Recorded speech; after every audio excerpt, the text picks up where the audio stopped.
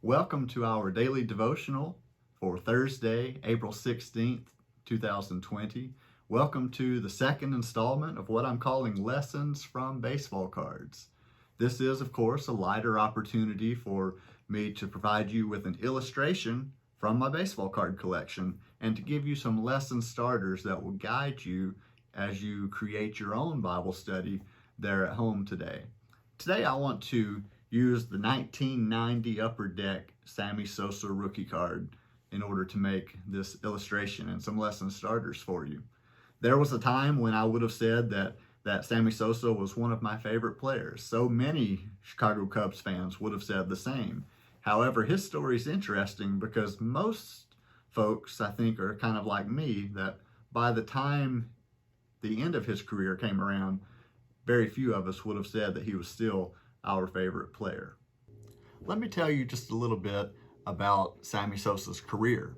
Of course, at the beginning of his career, he had bounced around for a couple of teams, the Rangers and the White Sox. Nothing really remarkable about him in those years. He was a skinny outfielder. He had good speed. He had a good arm, but really was not a very good hitter. But then came 1992 when he got traded to the Chicago Cubs. And again, for that first year, there was a little bit of improvement, but again, he was still just an outfielder with good speed, average hitter.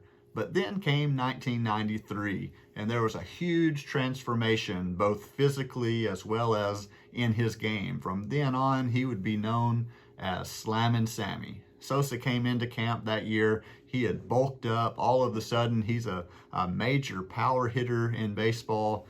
Cubs fans, if you hadn't already, you were about to fall in love with him because of his excitement and the way he played the game. Of course, he's Slammin' Sammy. He would crush that ball, and as it's going out of the park, he would literally hop out of the batter's box and then round the bases. But then he would come back, he'd cross home plate and come to the dugout and go right to the TV camera, and he'd be blowing kisses to all of his loved ones. But it was just that excitement, the way he played the game, that caused all Cubs fans to literally fall in love with him and enjoy watching him play the game. What you probably know him for best is the 1998 season, the home run chase that he was in, the home run record chase that he was in with Mark McGwire. Up to that point, Roger Maris held the single season home run record for hitting 61 home runs in 1961. Well, in 1998, Sammy Sosa actually broke the record and ended up with 66 home runs. But then Mark McGwire broke the record and ended with 70 home runs. And of course, later, Barry Bonds would break that record as well. But then came the end of his career.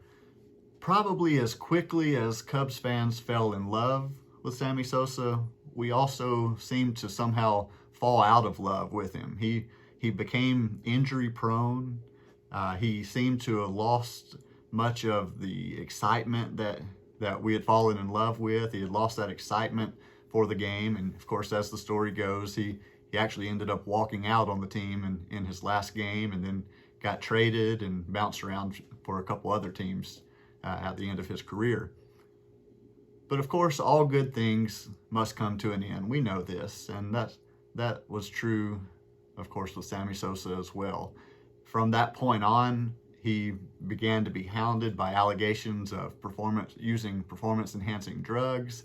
And of course, those allegations have still followed him all the way up to present day, because he's one of the few that have been suspected of heavily using those drugs. However, he has not yet admitted to using them. So therefore, that's a big reason why so many fans have fallen out of love with Sammy Sosa.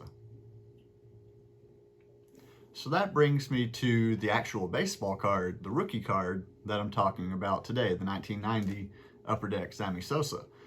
Honestly, I'll tell you, my favorite card of Sammy Sosa as a kid was actually the 1990 Leaf rookie card. But I don't have that card anymore. Why not? Well, there was a time when some friends of mine and myself, we got interested in getting players' signatures, and we would write a letter to the player, and we would put the letter in an envelope. We'd put the rookie card in the envelope, ask them for the signature, but we'd also put a self-addressed stamped envelope in there and send it to them. And almost all the time we would get, a few days later, we would get the signed card back in the mail. And actually, I didn't really get heavily into that, only did it a few times, but I actually got the signed card back from every single player that I wrote to, except for one. Can you guess which one I did not receive back? You're right. It was my Sammy Sosa rookie card. So, if anybody out there knows Sammy Sosa, if you happen to watch this, I want my card back. Now, let me give you a few lesson starters that will help you as you continue your own devotional time this morning. The first one I want to mention is the importance of transformation. Now, if Sammy Sosa had used performance-enhancing drugs, then possibly his physical transformation is not so remarkable. But spiritual transformation is remarkable. Can you think of anyone in the Bible who underwent a spiritual transformation? Anyone whose story didn't necessarily end in the way that it began? Maybe you think of Saul of Tarsus, one who began his story as a persecutor of Christians, but his story ends as one of the greatest Christian missionaries. Possibly you think of John Mark. His story begins with him departing from Paul in the first missionary journey and being refused to be allowed to go on the second journey. But then by the end of Paul's career, we see Paul writing and asking for John Mark to come to him because he's now profitable to the ministry. So he had undergone a great transformation. He even ends up being the author of the Gospel of Mark. Maybe you think of Simon Peter, one who it seemed like he stuck his foot in his mouth every opportunity that he had. Often he was impetuous. Often he would say the wrong things at the wrong moment. But yet fast forward to Acts chapter 2, and he's the one that we read of standing boldly along with the other apostles and preaching that first recorded gospel sermon. So there's lots of examples in the Bible of spiritual transformation.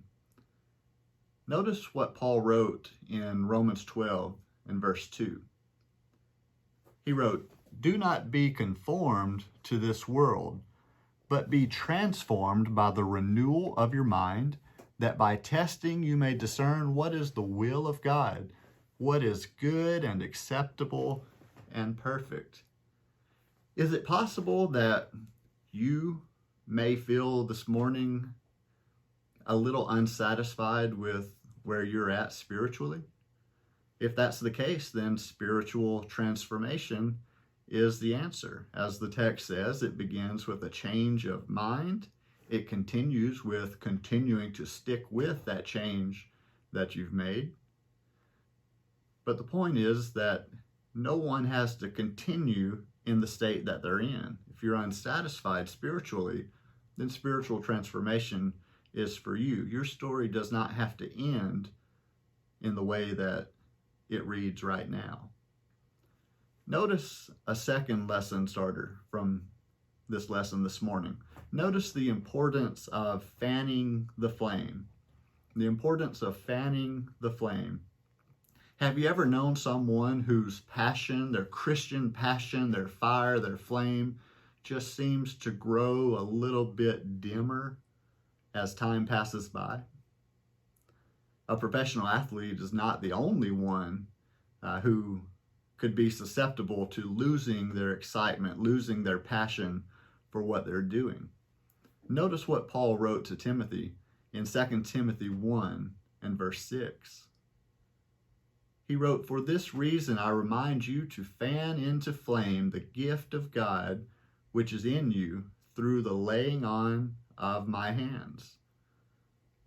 Well, what is it that we need in order to continually fan the flame of our spiritual fire? What is it that we need to keep our spiritual fire from going out?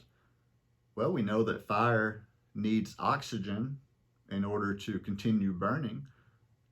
Well, I think that sort of directs our minds to the idea of the breath of God, the Spirit of God. We need that oxygen, breath, Spirit of God daily in our lives in order to keep that Christian flame from growing dimmer. That means we need to continue to study the Word of God. We need to continue to grow in our study of the Word of God. But notice also what Paul wrote in Romans 12 and verse 11. He said, "Do not be slothful in zeal. Be fervent in spirit. Serve the Lord." So I think what he's saying here is that also, in order for our fire to continue to grow stronger rather than dimmer, we need to continue in service. We need to continue in love for one another and service for others. Notice the final lesson this morning. Notice the importance of imparting that fire to others. The importance of imparting that fire to others. Notice what Jesus said in Matthew 19 and verse 14.